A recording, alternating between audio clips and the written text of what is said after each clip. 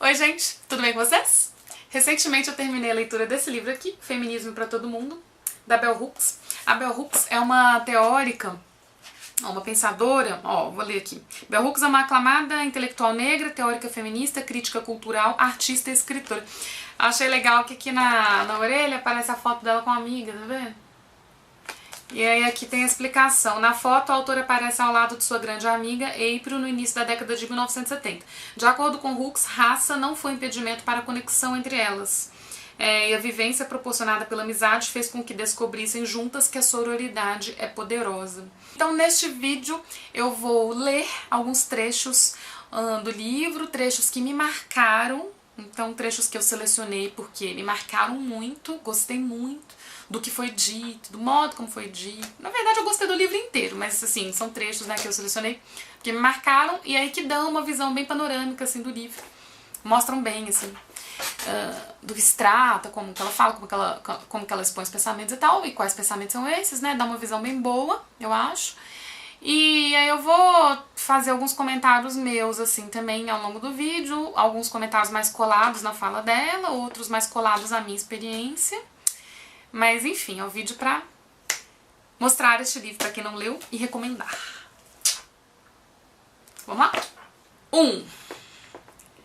Feminismo é um movimento para acabar com o sexismo, exploração sexista e opressão. Então começou com uma definição pá, né? Independentemente de quem os perpetua ser mulher ou homem. Fechou? Como todas e todos defensores das políticas feministas sabem, a maioria das pessoas não entende o sexismo ou se entende pensa que ele não é um problema. E aí ela vai problematizando sobre isso. Mas muito bom, né? Muito direto, assim. Então, o feminismo é um movimento para acabar com a opressão sexista. Ainda no 1. No 2. Uma pessoa não se torna defensora de políticas feministas simplesmente por ter o privilégio de ter nascido do sexo feminino. Assim como todas as posições políticas, uma pessoa adere às políticas femininas por escolha e ação.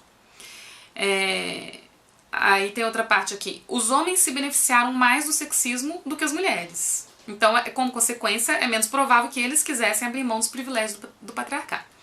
E ela fala da conscientização feminista revolucionária, que enfatizou a importância de aprender sobre o patriarcado como sistema de dominação. Então ela pontua que o importante é examinar o pensamento sexista e criar estratégias com as quais mudaríamos nossas crenças e atitudes. Página 30. Conscientização feminista para homens é tão essencial para o movimento revolucionário quanto os grupos para as mulheres. Homens de todas as idades precisam de ambientes em que sua resistência ao sexismo seja reafirmada e valorizada. Sem ter homens como aliados na luta, o movimento feminista não vai progredir. O feminismo não é anti-homem, o feminismo é anti-sexismo. Ela fala desse ponto várias vezes. O pensamento e o comportamento sexistas são as ameaças, os inimigos. Enquanto mulheres assumirem a bandeira de políticas feministas sem abordar e transformar seu próprio sexismo, o movimento ficará prejudicado. Então, quem não leu, nunca leu Bell Hooks, entende por que é tão foda, assim, tão bom? No capítulo 3, ela fala da importância da sororidade, que é a união entre as mulheres, né? Ela fala que a sororidade é poderosa. Ela fala sobre como faltavam força e confiança na voz de mulheres lá em Stanford, quando ela entrou na faculdade. E ela fala dessa importância, né, do desenvolvimento da força, da confiança na voz, e como muitas mulheres eram desencorajadas na faculdade pelos homens que, de diferentes formas, falavam que elas não eram tão inteligentes quanto os homens, que não poderiam ser grandes pensadoras, escritoras e por aí vai. Então ela escreve, na Stanford, minha habilidade era constantemente questionada e comecei a duvidar de mim mesma. Fomos socializadas pelo pensamento patriarcal para enxergar a nós mesmas como pessoas inferiores aos homens. O pensamento feminista nos ajudou a desaprender o auto-ódio feminino. Auto-ódio feminino, olha que bom.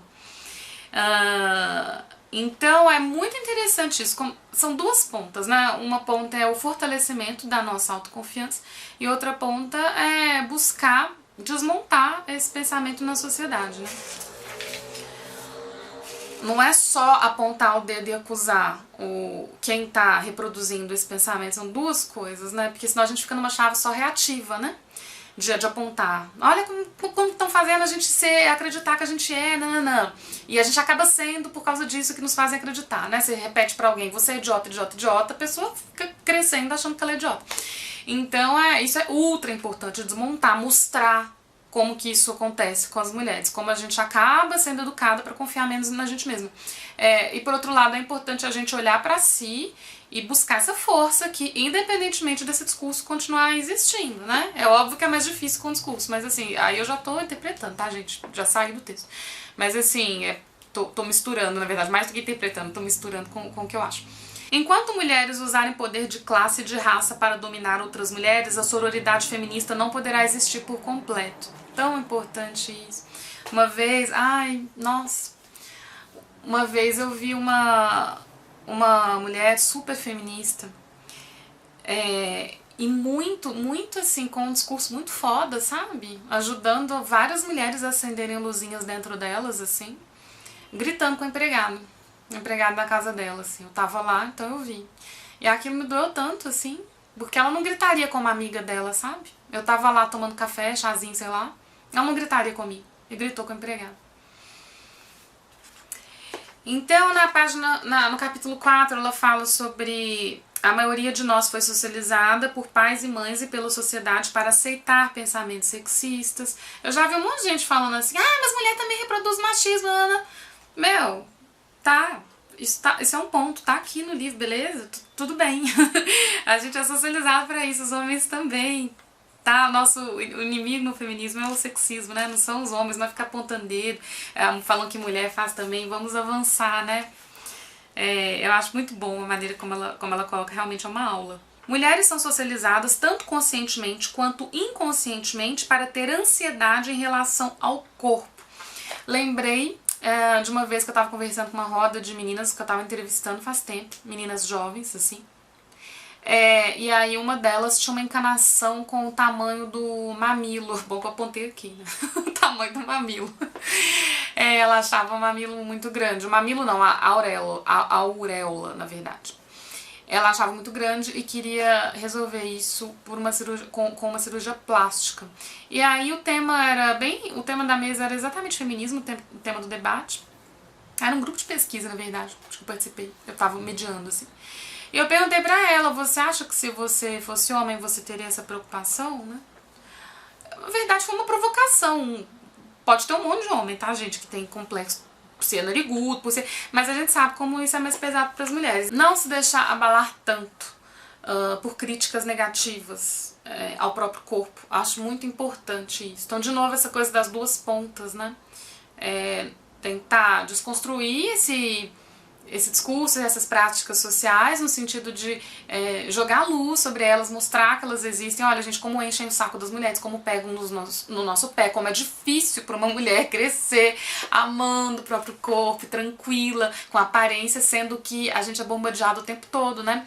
Com esses discursos, né, de padrões de beleza, papapá. Então tem esse lado social e tem o outro lado que é individual, a gente, as nossas amigas, assim, buscar esse fortalecimento. Tipo, dizem pra mim, sei lá, tô na praia, um homem ou uma mulher, né, vem me encher o saco porque eu tô com celulite, foda-se, sabe? Não me abalar tanto. Então, quando a gente tá fortalecida, a gente não se abala tanto. A gente fala, é como se a gente pensasse assim, eles estão presas desse discurso, eu não preciso tá. Eu não preciso ficar tão abalada, né? Deixa pra lá. Eu lembro que uma vez uma mulher falou pra mim, nossa, você tá com o cabelo branco aparecendo. Eu tava de boaça, sabe? Você tá com o cabelo branco aparecendo, você não vai tingir, não. Falou, tipo, desse jeito. E eu falei, não, tá tudo bem, amiga, tô tranquila com o meu cabelo, pode ficar sossegada. Entende? Se eu tivesse numa fase mais insegura, quando eu era adolescente, eu ia ficar, meu Deus, nossa, realmente, eu tô horrorosa. Ou então eu ia ficar muito brava com ela, sabe, aquilo ia acabar com o meu dia. Quando a gente tá mais forte, assim, a gente não dá tanto poder ao outro, né, a gente não sucumbe tanto. É muito importante esse fortalecimento em relação à própria aparência, ao próprio corpo, às próprias ideias, se bancar, eu fico pensando, né, se bancar quando erra, né, eu vejo muito isso, quando o homem erra, assim, um pensador, um autor, fala uma bobagem, gente, todo mundo fala bobagem de vez em quando, né? A pessoa fala bobagem e aí passa por cima. Pra mulher acaba sendo mais difícil, porque a gente já é educada pra isso, né? Pra achar que tem que fazer, né? Tem que ser muito boa no que faz, tem que ser incrível, tem que ser um gênio pra, né, você dá o direito de falar sobre os assuntos, blá. Então já tem essa autocobrança, a gente é criada pra ter essa autocobrança. Aí, se a gente erra, acaba, né? Ferra, a gente, nossa, meu Deus, a gente errou, não quero mais sair na rua. Então é preciso lutar contra isso, né? E se bancar. Eu vi uma entrevista outro dia com a Charlize Theron muito interessante sobre isso, na Cláudia. Ela falando que é preciso parar com isso, superar essa coisa de achar que a gente tem que ser quem o outro quer que a gente seja. A gente que diz quem a gente é, né? Então se alguém chega pra gente e fala, você não é boa o suficiente, você, né, não é inteligente, você não tá preparada pra isso. Meu, deixa, foda-se, sabe? Eu que sei, né? Então esse fortalecimento é muito importante. Voltei, Bell Hooks, voltei. Vamos lá, amiga, voltei para o seu livro. Gente, tem muitas partes maravilhosas. O livro é maravilhoso. Nenhuma intervenção, no capítulo 10, nenhuma intervenção mudou mais a cara do feminismo norte-americano do que a exigência de que pensadoras feministas reconhecessem a realidade de raça e racismo. Racismo e sexismo combinados criam barreiras nocivas entre mulheres, sem dúvida.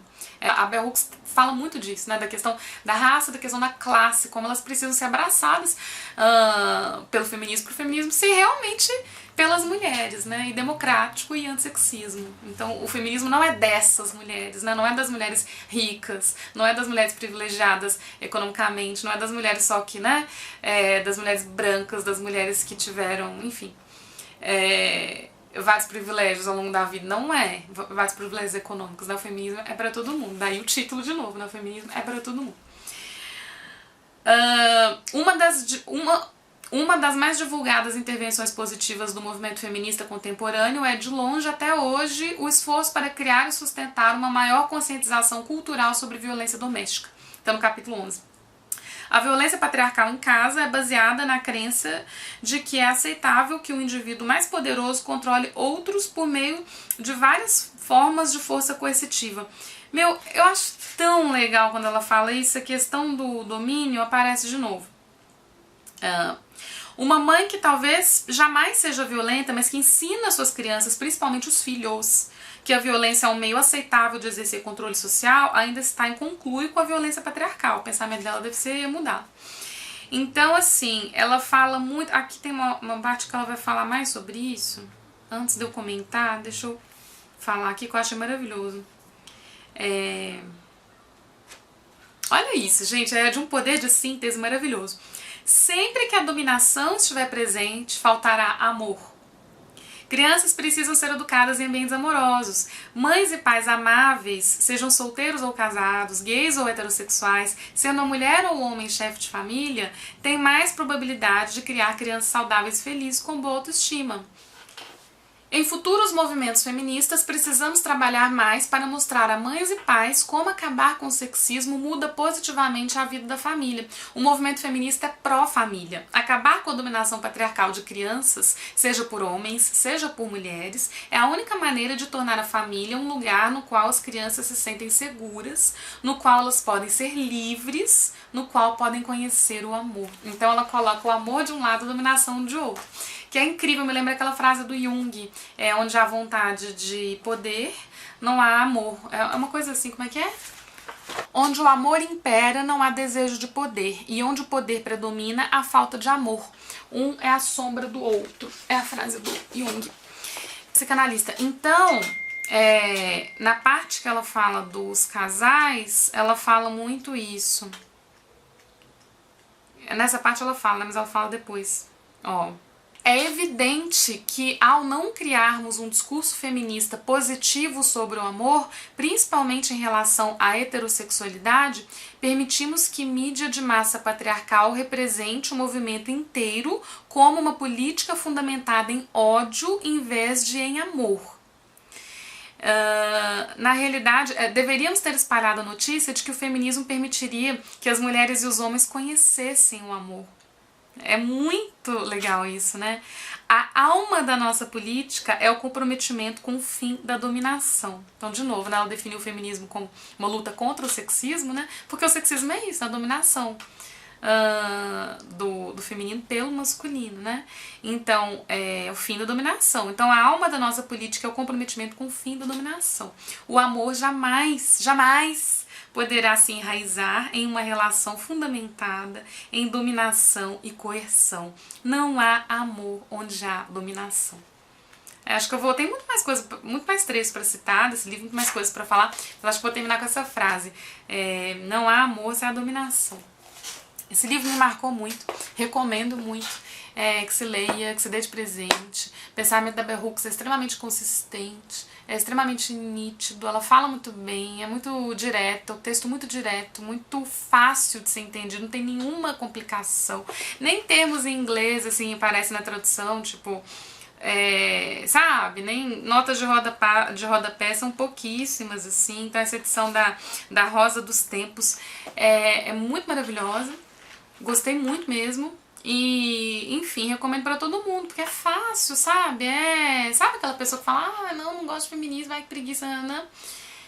Leia esse livro é muito bom, e aí você pode discordar, né, a discordância é livre, né, discordar de alguns discursos dentro do feminismo, né? Porque isso é democracia, né, gente? Não tem vários jeitos, assim, de expressar o feminismo, mas quando ela faz essas definições, quando ela faz essas pontuações, assim, ela tá jogando luz, no meu entendimento, assim, jogando luz no que é importante no feminismo, né? No que é importante, eu gosto muito do jeito como ela faz isso, então recomendo muito.